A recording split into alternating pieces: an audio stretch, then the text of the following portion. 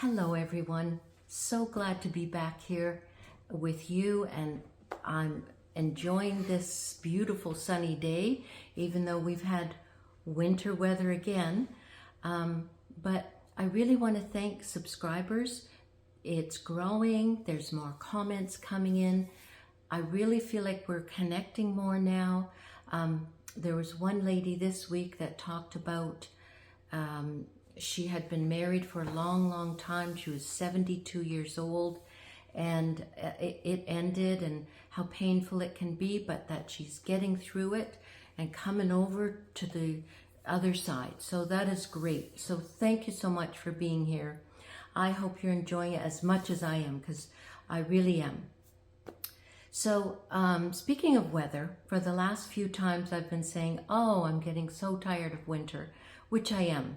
At least it's sunny today too. But on the weekend, we had a big snowfall. But I went out early in the morning with Lilibet, and we went to, we have like a little parkette, they call it. And it was just so beautiful there in that little parkette on that early morning. I loved it.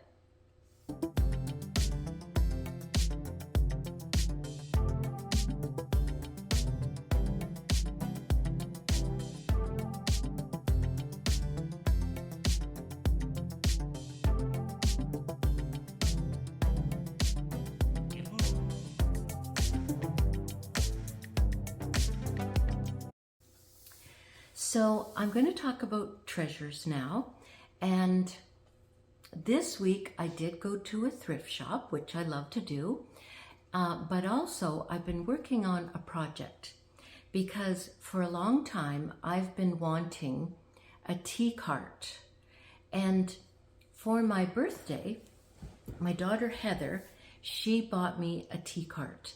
It was on Facebook Marketplace. Apparently she got it for a pretty good deal. So what I did was I painted it. I redid it, and I had so much fun doing that. I had to do a couple of coats of that paint that I love, which is the Fusion Mineral. And I also got a stencil to put on it. I ordered one on Etsy because it looked so pretty, and it was birds, blackbirds, and afterwards I found out that site was Scotland.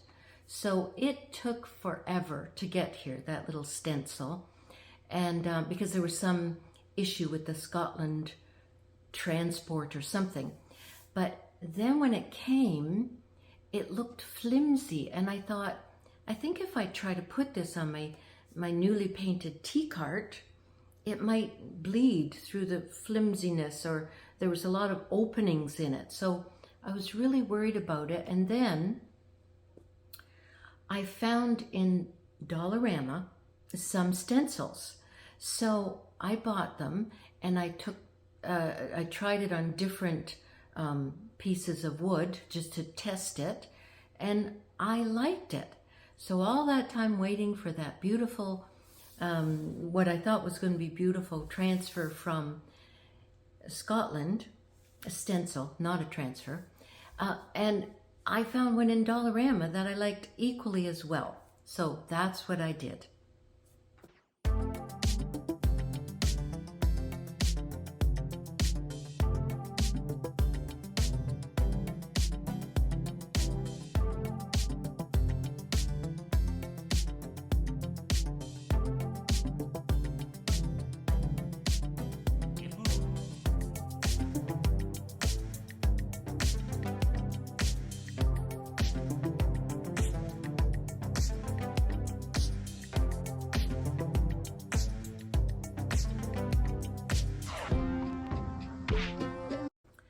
So this morning I'm going to talk about my tea, but my tea and my treasures kind of blend into each other, because what I got at the thrift shop this week was 2 beautiful teacups. I've got my tea in one of them, but these teacups, they're so pretty. I just love them. They were $3.50 for both of them. They're no chips, no cracks, and I think they're Royal Albert, but on the bottom it says Fairmont Empress Hotel, which is in British Columbia. And so I think maybe Royal Albert made them for the Fairmont, but I'm not certain. But I just thought they were so pretty and they were such a good deal. At first I thought they were $3.50 each, and I thought even that's a good deal, but they were $3.50 for two. So my tea this morning is one of Heather's special blends, and because my oldest daughter Jessica was sick a few weeks ago, maybe 3 weeks ago, and her husband, I think I mentioned it in one of my videos, they're better now. They're feeling much better, thank goodness. And then Heather got sick too, and she had like a big bad cough, flu. We tested for COVID and it said negative, but I don't know. So because my two daughters have been sick, I haven't got sick yet, but I decided to try her especially blended tea, which is a turmeric green chai. So it's kind of, I think, can help to, you know, fight off some colds, maybe. So that's what I'm having today, turmeric green chai. Oh, it's very good. It's it also has ginger in it, which is also, you know, so healing with cold symptoms and things. But very nice, different than the usual, you know, basic Irish breakfast tea that I also do love. But I know that the turmeric is an anti-inflammatory as well. And of course, the green tea is always good for you. So yeah, that's a very nice tea. I saw this YouTube special this week that was all about tea. And it said that tea is the most, it's the beverage that is the most drunk in the whole world. And that kind of surprised me. And I think that would surprise people because you think, oh, it seems like more people like coffee. And I think probably they do in North America. But when you think of like populations in China and India, which is where, you know, tea originated and where tea is very popular. So it makes sense that it would be the most consumed beverage in the world.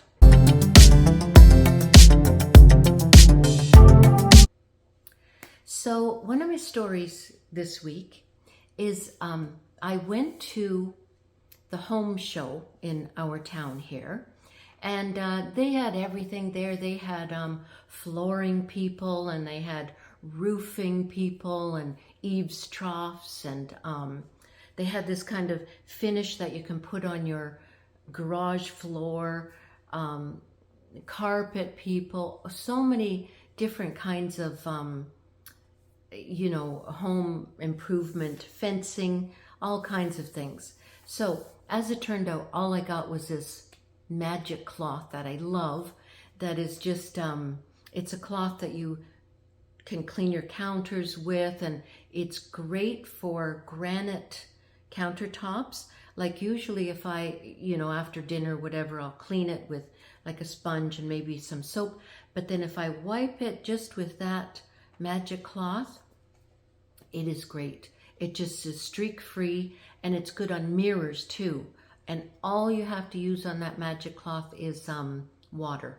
I'll show you that magic cloth next session. But anyway, so when I was at that home show, you know, we talked to different people along the way. I was there with Michael, and there was this one woman, young, pretty woman, and she started talking to me because she did financial, you know, she was a financial analyst or financial person. Anyway, she began to talk to me, and I looked at her and I thought, she looks so familiar. Even when she speaks, she just so familiar to me. So I thought maybe she's one of my daughter's friends, because she was about their age. And so I told her, I said, you look so familiar. And she told me her name and her last name. And I remembered that last name. And I said, do you have a relative by the name of Carol? And she said, Carol is my mother. And I said, oh my goodness, you look exactly like your mother. You talk like your mother. And I hadn't seen her mother for 40 years, at least 40 years. Yes. So she just had the same smile, the same voice. And her mother was my assertiveness training teacher. Because when I was in my late 20s, I remember I took assertiveness training. Because the place that I worked, the boss was very aggressive. A lot of the women I worked with had strong personalities and were older than me. And so I thought this would be a good course to take at the college. So I took assertiveness training. So I took that as a sign that maybe because I met that young woman that has the mother that taught assertiveness training to me, that maybe that's what I should talk about today. So what is assertiveness? So there's aggressive, there's passive, and there's assertive, which is what we kind of hope to go for. And I read this thing that said, being assertive means being open and expressing our wishes and feelings in a positive way. So you would think, why would you want that? Why would you want to be assertive? Well, for one thing, it can increase your self-esteem, absolutely. It can decrease anxiety, because if you can't express yourself, it can make you feel more anxious. And the other thing is, it helps us from being taken advantage of if you just speak your mind. And it doesn't mean you have to hurt people, because other people, they don't know what you're thinking, or they're not mind readers. So it's definitely a beneficial skill to have, assertiveness. So an example would be, let's say a couple of friends want to go for dinner. And so they decide on a restaurant that you really don't like. So instead of saying, I hate that restaurant, you could say something like, I understand how you would like to go to that restaurant, but I really would prefer to go to Sammy's because they have fabulous salads, or whatever. So you kind of let them know that you understand their point of view, but this is how you feel about it, to let them know how you feel. Another example would be, I think of this case because I live in a condo townhome, and there's a condo association that meet every couple of months with the residents, and there's a board of directors. And I thought of this because, for example, let's say the group wanted to put in like 47 speed bumps and 29 stop signs in the neighborhood, in this small neighborhood. And you were thinking, that's a stupid idea.